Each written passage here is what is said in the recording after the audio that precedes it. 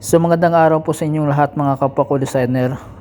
For today's vlog pala ay gagawa ko ng isang standing ready-made na bouquet na kakaiba, no?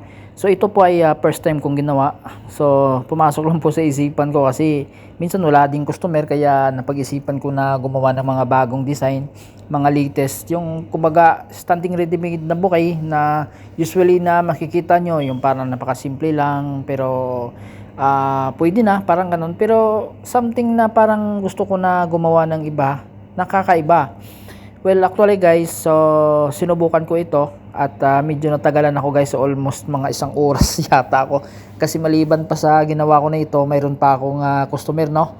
So, tapusin lang po natin ang video nito para makikita nyo kung paano ko po ito ginawa at paano ko ito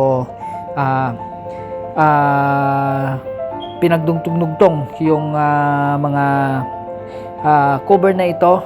Sa video na ito ay ipapakita ko sa inyo lahat kung paano at ano ang technique para magawa natin.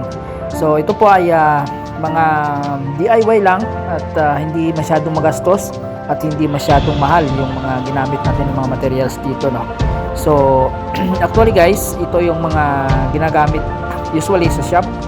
Hindi naman to ang tawag dito mahirap hanapin. So carton, styrofoam at saka of course green foam, yung tusukan ng bulaklak. At bago natin ilalagay yan, siyempre kailangan natin lagyan ng tubig. So ayun na po guys, no?